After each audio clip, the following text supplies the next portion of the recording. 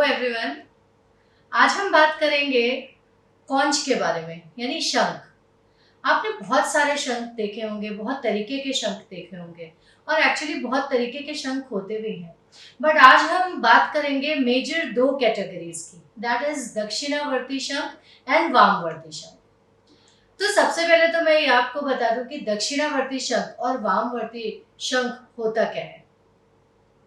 ये है दक्षिणावर्ती शंख।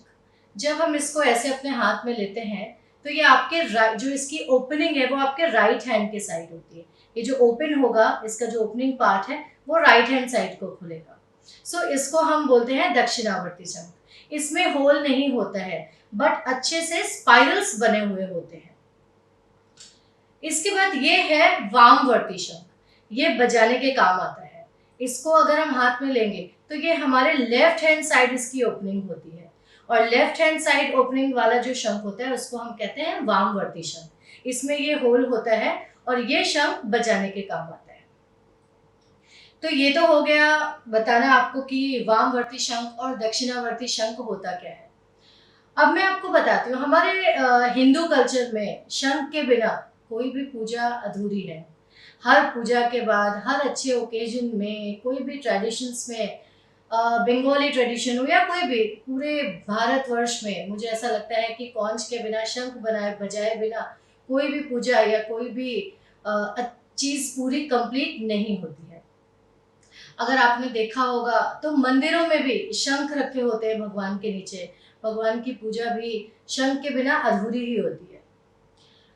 इसका जो स्पिरिचुअल सिग्निफिकेंस है वो ऐसा बोलते हैं कि जिस घर में रोज शंख बजता है वहां पर नेगेटिविटी कभी भी नहीं आती है। जब आप शंख बजाते हो तो उसके जो वाइब्रेशंस होते हैं वो इतने तेज होते हैं कि जो एनवायरनमेंट में जो हार्मफुल एलिमेंट्स होते हैं वो बहुत दूर चले जाते हैं। And you feel great if you blow a shankh. जब आप एक शंख को बजाते हो तो वो जो वाइब्रेशंस होते हैं वो आसपास के साथ साथ आपकी बॉडी में भी आपको फील होंगे और बहुत ही बहुत अच्छा फील होता है। कोई भी शुभ काम हो, शंख की ध्वनि के बिना वो अधूरा ही रहता है। मुझे ऐसा लगता है कि हर घर में रोज शंख बजना ही चाहिए।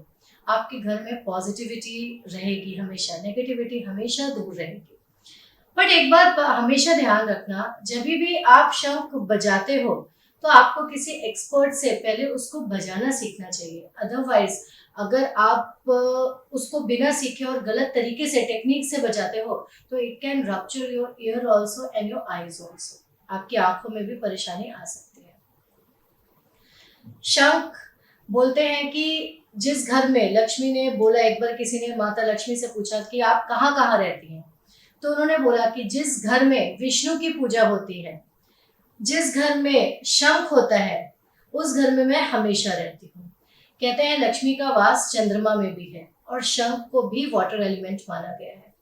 समुद्र मंथन के टाइम जब लक्ष्मी जी अवतरित हुई थी तो उनके साथ ही ये शंख भी आया था। तब से बोलते हैं ये सहोदर है, इसलिए जहाँ शंख होता है वहां लक्ष्मी का वास भी होता है और ये विष्णु के 12 आयुधों में से भी एक है। अगर आपने देखा है तो बुद्धिज्म में भी उनके जो अष्टमंगल है, Ashtamangal means 8 science of auspiciousness, उसमें भी शंख का एक स्वरूप है, उसमें भी शंख यूज होता है। ये तो आपको समझ में आ गया कि इसका स्पिरिचुअल सिग्निफिकेंस क्या है। अब हम बात करते हैं कि साइंटिफिकली अगर हम देखें तो ब्लोइंग शंख मीन्स शंख बजाने से हमें क्या फायदे होते हैं।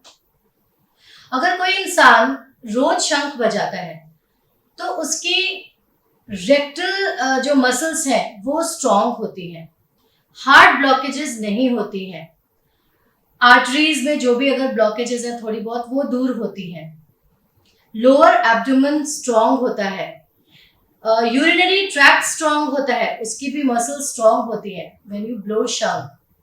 इसके अलावा थायराइड अगर किसी को है या स्पीच का प्रॉब्लम है, अगर कोई स्टैमर करता है, कोई बच्चा अगर स्टैमर करता है और अगर वो रोज शंख बजाए, ऑफ कोर्स विद प्रैक्टिस के साथ अगर वो रोज शंख बजाता है तो धीरे धीरे उसकी स्पीच क्लियर हो जाएगी और उसको कभी भी बोलने में तकलीफ नहीं आएगी उसकी बॉडी में। तो शंख के ये जो साइंटिफिक रीजंस है वो भी बहुत सारे हैं कि उसको बजाने से साइंटिफिक लंग्स, सबसे पहले जो लंग्स होते हैं वो बहुत स्ट्रांग होते हैं। अगर कोई इंसान शंख बजाता है रोज तो लंग्स भी बहुत स्ट्रांग होते हैं, बिकॉज वो एयर को। और एक चीज हमेशा याद रखना कि जब भी आप शंख बजा रहे हो तो आप जो सांस लोगे वो मुंह से नहीं लेनी है, वो आपको थ्रू नोज लेनी है। क्योंकि जब आप मुंह से सांस लेते हो वाइल ब्लोइंग शंख, शंख बजाने के दौरान, तो वो हवा सीधे पेट में जाती है और वो नुकसान करती है। सेकेंडली, मैं ये जरूर बोलना चाहूंगी कि अगर किसी को ग्लूकोमा है, या किसी को हाई ब्लड प्रेशर है, या किसी को कोई आईज का प्रॉब्लम है, तो उसको शंख नहीं बजाना चाहिए, क्योंकि ये नुकसान दे सकता है। बिकॉज इट्स वेरी पावरफुल, उसमें बहुत पावर लगती है बजाने के लिए। और अगर आप सही टेक्निक से बजाना सीखेंगे तो इट्स वेरी इजी। सो ये तो बातें हो गई हमारी वामवर्ती शंख की, कि वो बजाने से क्या फायदे हैं और रखने से क्या फायदे हैं। अब हम बात करते हैं, मैं आपको बताती हूँ कि दक्षिणावर्ती शंख किस तरह से ऑस्पिशियस है आपके घर के लिए।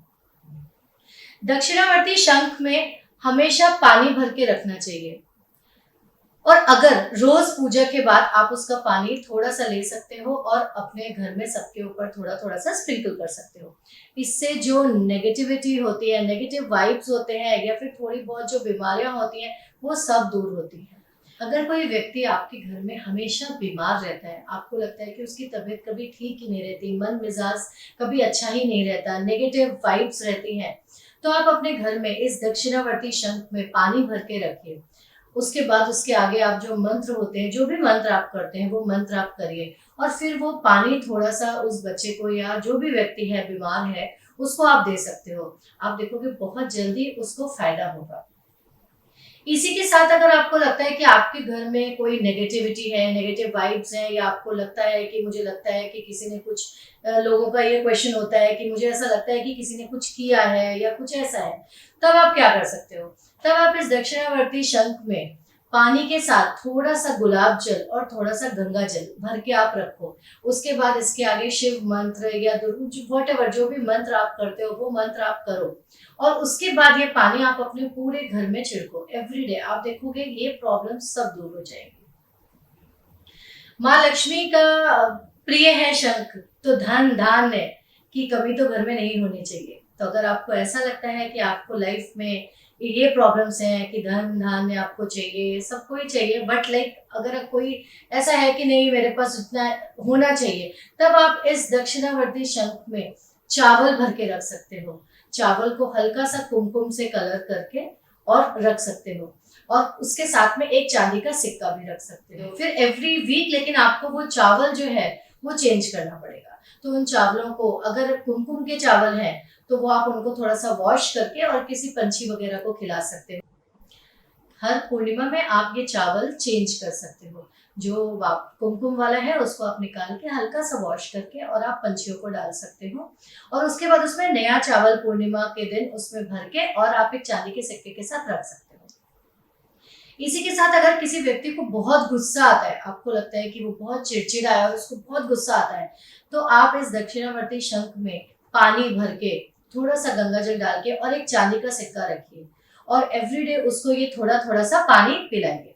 उससे उसका धीरे धीरे जो है वो शांत होना शुरू हो जाएगा, उसका जबरदस्ती का गुस्सा कम हो जाएगा। तो ये तो हो गए दक्षिणावर्ती शंख के उपाय कि हम किस तरह से इसको यूज कर सकते हैं। दक्षिणावर्ती शंख को, इसको घर में रखने का जो टाइम है, लाने का अगर आपके पास है तो होना चाहिए। मुझे ऐसा लगता है कि हर घर में एक दक्षिणावर्ती और एक वामवर्ती शंख जरूर होना चाहिए।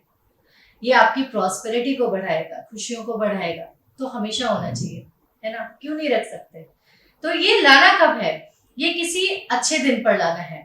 जैसे पूर्णिमा हो गई, पूर्णिमा को आप ला सकते हैं, अक्षय तृतीया को ला सकते हैं, नवरात्रि में ला सकते हैं, धनतेरस पर ला सकते हैं, या फिर किसी भी अच्छे ओकेजन, जो भी हमारे जो मुहूर्त होते हैं, अच्छे मुहूर्त पर, गुरु पुष्य हो गया, उस पर आप इसको घर पे अपने स्थापित कर सकते हो। इस पे हल्का सा कुमकुम का, स्थापित करते समय हल्का सा कुमकुम का स्वास्तिक बना करके आप अपने घर में उसमें चावल वगैरह भर के रख सकते हो। इसके लिए मुझे ऐसा लगता है कि जो सबसे बेस्ट मंत्र होता है दक्षिणावर्ती शंख के लिए, वो है लक्ष्मी गायत्री। महालक्ष्मी च विद्महे विष्णु पत्नी च धीमहि तन्नो लक्ष्मी प्रचोदयात्। क्योंकि इसमें, इस मंत्र में और इस कौंच में लक्ष्मी और विष्णु दोनों का वास होता है, और इस मंत्र में भी लक्ष्मी और विष्णु दोनों का ही जिक्र है। तो ये दोनों ही, ये मंत्र मुझे ऐसा लगता है कि इसके लिए अप्रोप्रिएट है। तो ये मंत्र आप पढ़ भी सकते हो इसके साथ, तो ये और भी इफेक्टिव होगा। कोई भी अच्छे, जब भी आप इसको, अगर आप छोटे साइज का ले रहे हो, तो अगर आप चाहते हो कि अपनी तिजोरी में रखो, तो आप इसको अपनी तिजोरी में भी रख सकते हो। पानी नहीं रख सकते हो तब आप उसमें राइस और थोड़ा सा चांदी का सिक्का। अगर आपको तिजोरी में राइस भी नहीं रखना है कि उसमें कुछ प्रॉब्लम है, देन ओनली चांदी का सिक्का रख के आप इसको तिजोरी में रख सकते हो। बट बेस्ट होता है कि इसको आप मंदिर में रखें, रोज इसकी पूजा हो, धूप दिया हो, इसका मंत्र हो, तो ये आपकी लाइफ में खुशियों को और बढ़ाएगा। ये तो हो गए दो मेजर कैटेगरी शंख की, दक्षिणावर्ती और वामवर्ती। इसके अलावा बहुत सारे शंख होते हैं, पंचजन्य होता है, मोती शंख होता है, बहुत सारे होते हैं।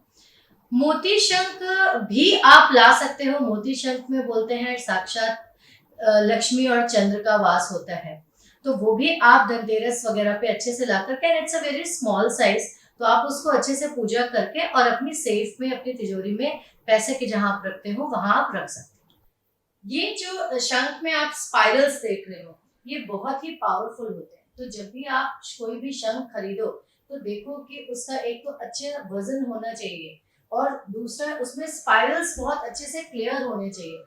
ये स्पाइरल्स बहुत पावरफुल होते हैं। इसको आप घर के जिस भी डायरेक्शन में रखते हो, ये उस डायरेक्शन की पावर को, शक्ति को बढ़ाते हैं। ये तो हो गई बातें शंख के बारे में। अगर आपको कोई भी और इन्फॉर्मेशन चाहिए शंख के बारे में, या और भी कोई क्वेरीज हैं, सो आप मेल कर सकते हो या कमेंट बॉक्स में लिख सकते हो। Till then, stay blessed, stay safe, stay connected.